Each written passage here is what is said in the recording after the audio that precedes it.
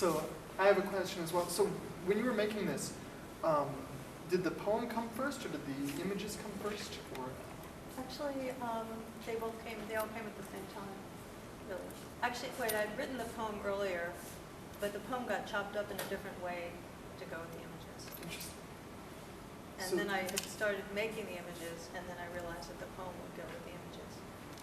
so they were initially conceived as separate and then brought And together. then brought together. Interesting. So in that process, did any of the images directly correlate to sections of the poem? They did. To me, they did, somewhat. But kind of like a poem, you don't want to direct someone as to exactly what something means. You want it to be bigger and broader than that. So I didn't want to be literal. This means that. This means that. I wanted to keep the space, so to speak, a little bit open for people. Is there anything else you wanted to say about this piece, of making this piece, or what informed the choice of? What I discovered in making this speech and trying to marry poetry in with visuals is that if you've written a poem, you can space it out any way you want and space it to be with the visuals. And it was very nice, just spacing the words out along the way and how much space to leave between the words and still carry the meaning through. And then also not to have the words overpower the visuals, but how to actually have the thing in some kind of balance with each other. Where did you go? Floating point? Floating point? It's kind of almost a joke. It's a kind of a reference. Computer animation graphics share floating points. Right. It's not, it is also, so it's kind of a double meaning, floating point in terms of computer graphics and also floating point in terms of the universe. So. Was that also done in Flash? No, that was actually done, and I purposely wanted it to look flat. It was actually done in Maya. It's all 3D. Okay. And it's also, and I wanted it to look, my original concept was that it would be very flat and look like a painting. There was some depth that I put into it, but I did want to keep it flat, and I wanted to make it look like organic structures. I'm always struck by the kind of leaf forms at the end, because they do have dimension in there, how much those kind of pop out and really come to the forefront in their motion, because there is so much of it that does seem to exist just on the Flat plane. Yeah, and it is interesting how to play off the 2D and the 3D together, and whether that works or not, how to marry the two, or if you want to, when you make something, make sure that they're totally separate, right? And also I have the animation in it is going at a lot of different rates. I have things in the background, middle ground, foreground, and everything's animating at a different speed. So technically that should give you a feeling of depth.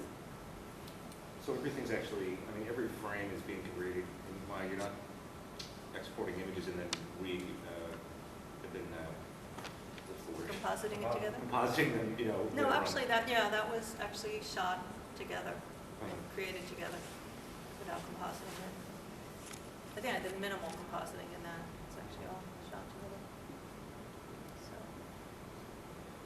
Any other questions about this piece? Thank you. So the pieces in this section, I pulled a bunch of pieces that had specific speech involved. Were there any questions about these pieces or any of the other? Yeah. In the last one, the speaker mentions the fourth sex, waiting in the wings. Yeah, I could have, and then actually I've changed it later to be the 7th or the 8th sense. Okay. Because I know the 4th sense, you can say, we really do have 4 senses already. That answered it. But you've heard that story about the person who stumbled into this place where they're blind people. Everyone's blind and they don't know that there's another sense, and there's no way that you can explain to them what sight is about. Oh, fourth sense. I thought it was fourth sex. Oh, no, I was sense. wondering where you skipped the thirds when you said 7 and 8. I thought, oh, and it just arbitrary. No, sense. You're going on with it.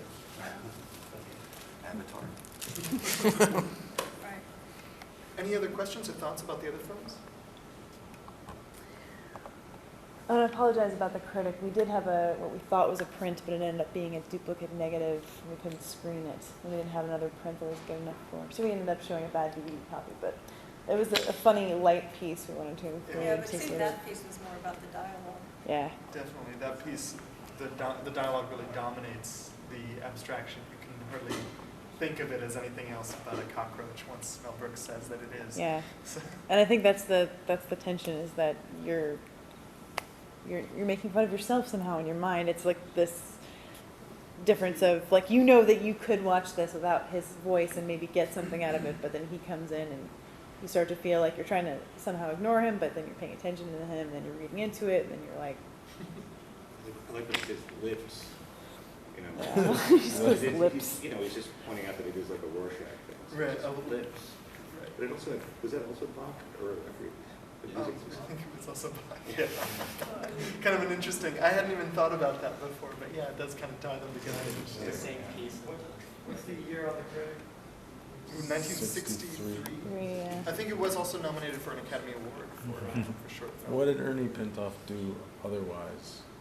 You know, I'm not sure. I don't know that much about his history. He was doing a lot of short, like, at the time of UPA, you know, that studio that turned out a lot of the, you know, kind of modernist influenced animation. He was doing stuff around then, and then I think he worked with UPA for a while too. But he did 3 different shorts that were nominated for Academy Awards, and I think won twice. But he did a lot of, I think, work on mainstream, like Hanna-Barbera type stuff, like as an animator, in addition to doing his own pieces.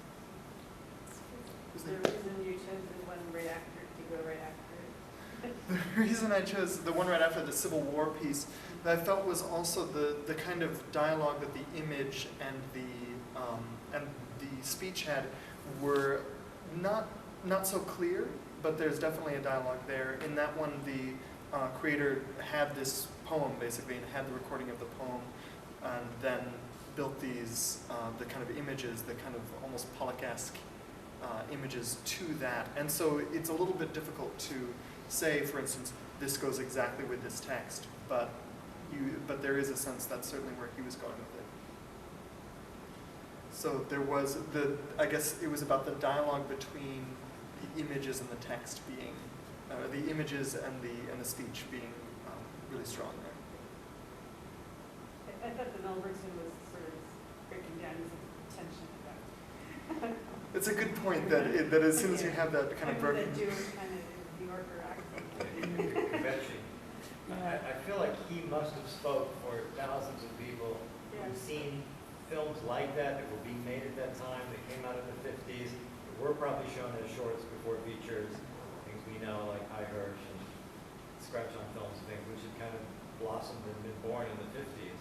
But that 63, I can just imagine that struck a chord with a lot of people who were having that same internal dialogue while they were watching High Hirsch, or what is this?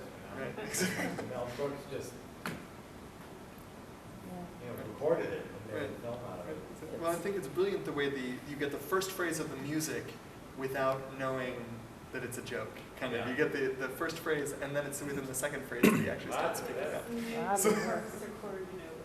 Record, Yeah, we're in for a pretentious trip of high art here. Right. It reminds me of, Who's the one after it? The one after that is Jean Dethaut. And who is that? He's living in Canada now. I'm not sure where he's from originally, but he's made a bunch of these kind of pieces using kind of morphing between these images, these extremely dense images, and he does that to music or to poetry, depending on what he's grabbed by. So he's got a lot of stuff up online.